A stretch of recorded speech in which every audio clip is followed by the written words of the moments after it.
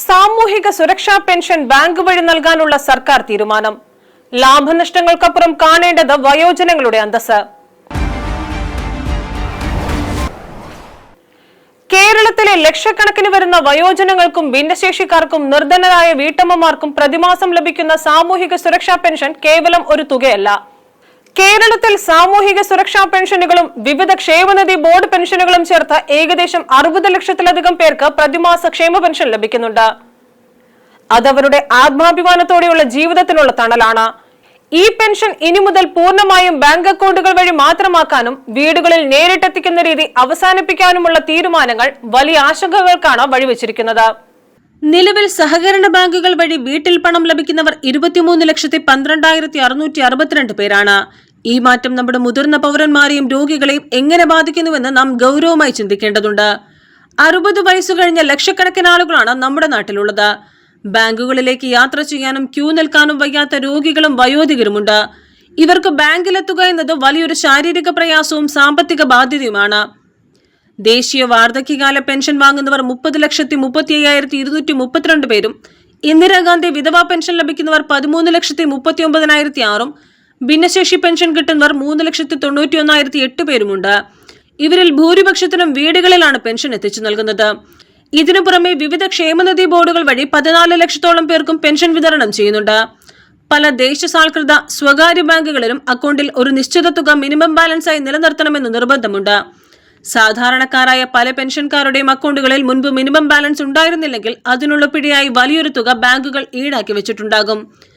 Pension തുക അക്കൗണ്ടിൽ വന്ന് വീഴുന്ന നിമിഷം തന്നെ ഈ പിഴത്തുക ബാങ്കുകൾ സ്വയം കുറയ്ക്കുന്നു.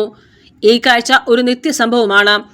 കൂടാതെ സർവീസ് ചാർജുകൾ, SMS alert charge, ATM card, വാർഷിക ഫീസ് മുതലായവയും ബാങ്ക് ഈടാക്കുമ്പോൾ പെൻഷൻകാരന്റെ കയ്യിൽ ലഭിക്കുന്നത് വളരെ ചെറിയൊരു തുക മാത്രമായിരിക്കും. വീട്ടിൽ തുക നേരിട്ടെത്തുമ്പോൾ 1,600 രൂപയും പൂർണ്ണമായി കയ്യിൽ കിട്ടുമായിരുന്നു. എന്നാൽ ബാങ്കിലെത്തുമ്പോൾ പകുതി തുകയും പിഴയായോ മറ്റ് സർവീസ് ചാർജുകളായോ നഷ്ടപ്പെടുന്ന അവസ്ഥയാണുള്ളത്. കൂടാതെ സാങ്കേതിക വിദ്യയും ATM കാർഡുകളും ഉപയോഗിക്കാൻ അറിവില്ലാത്ത വയോധികർക്ക് പണം പിൻവലിക്കാൻ മറ്റുള്ളവരുടെ സഹായം തേടേണ്ടി വരുന്നു. ഇത് പണം തട്ടിയെടുക്കപ്പെടാനും ഇടനിലക്കാരുടെ ചൂഷണത്തിന് ഇരയാകാനും വഴിതുറക്കും. ATM ഉപയോഗിക്കാൻ മറ്റുള്ളവരുടെ സഹായം തേടേണ്ടി വരുന്നത് പിൻ നമ്പറുകൾ ചോരാനും തട്ടിപ്പുകൾക്ക് ഇരയാകാനും കാരണമായേക്കാം. ബാങ്കുകളിലേക്കോ ATMകളിലേക്കോ പോയി വരാൻ ഓട്ടോറിക്ഷയോ മറ്റു വാഹനങ്ങളോ വിളിക്കേണ്ടി വരുമ്പോൾ ലഭിക്കുന്ന പെൻഷൻ തുകയുടെ നല്ലൊരു ഭാഗം യാത്രാക്കൂലിയായി ചെലവാകുമെന്ന കുഴപ്പവുമുണ്ട്.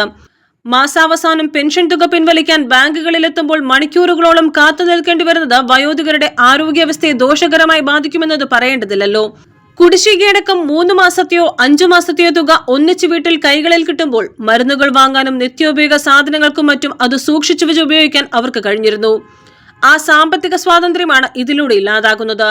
ബാങ്കുകളിലേക്കുള്ള യാത്രയും വരി നിൽക്കലും ഒഴിവാക്കി വീട്ടുമുറ്റത്ത് പണമെത്തിക്കുന്ന രീതി ലോകത്തിന് തന്നെ മാതൃകയായ ഒരു വയോജന സൗഹൃദ നിലപാടായിരുന്നു. വികസിത രാഷ്ട്രങ്ങൾ പോലും ഈ രീതി അഭിനന്ദിച്ച കേരള മോഡൽ ചരിത്രവുമുണ്ട്. ക്ഷേമരാഷ്ട്ര സങ്കല്പത്തിൽ ജനങ്ങൾക്ക് സേവനങ്ങൾ അങ്ങോട്ട് എത്തിച്ചു നൽകുകയാണ് വേണ്ടത്. അതുകൊണ്ട് തന്നെ സാങ്കേതികതയുടെയും ലാഭത്തിന്റെയും പേരിൽ ഈ സംവിധാനം നിർത്തുമ്പോൾ അത് വയോജനങ്ങളുടെയും ഭിന്നശേഷിക്കാരുടെയും ദൈനംദിന ജീവിതത്തെ കഠിനമാക്കുമെന്ന ആശങ്ക തികച്ചും ന്യായമാണ്. സാമൂഹിക സുരക്ഷാ പദ്ധതികൾ നടപ്പിലാക്കേണ്ടത് എളുപ്പപ്പണിയുടെയോ ലാഭനഷ്ടങ്ങളുടെയോ കണക്ക് പുസ്തകങ്ങൾ നോക്കിയല്ല. സർവീസ് ചാർജോ വിതരണ ചെലവോ ലാഭിക്കാൻ വേണ്ടി ലളിതമായൊരു സംവിധാനത്തെ സങ്കീർണമാക്കുമ്പോൾ അത് വയോജനങ്ങളോടും പാർശ്വവൽക്കരിക്കപ്പെട്ടവരോടും ചെയ്യുന്ന നീതികേടാണ്. സാങ്കേതികതയുടെ പേരിൽ വയോജനങ്ങളെ ബാങ്കുകളിലേക്ക് തള്ളിവിടാതെ മുൻപത്തെ പോലെ തന്നെ അവരവരുടെ വീടുകളിലേക്ക് പെൻഷൻ തുക പൂർണ്ണമായി എത്തിച്ചു നൽകുന്ന വയോജന സൗഹൃദ നിലപാടിലേക്ക് സർക്കാർ പുനർചിന്തനം നടത്തേണ്ടതുണ്ട്. ഈ ഓണക്കാലത്ത് പെൻഷൻ പഴയ രീതിയിൽ തന്നെ വിതരണം ചെയ്യുമെന്ന സർക്കാർ തീരുമാനം എന്തായാലും ഒരു താൽക്കാലിക ആശ്വാസമാണ്. News desk, Janashabdam news.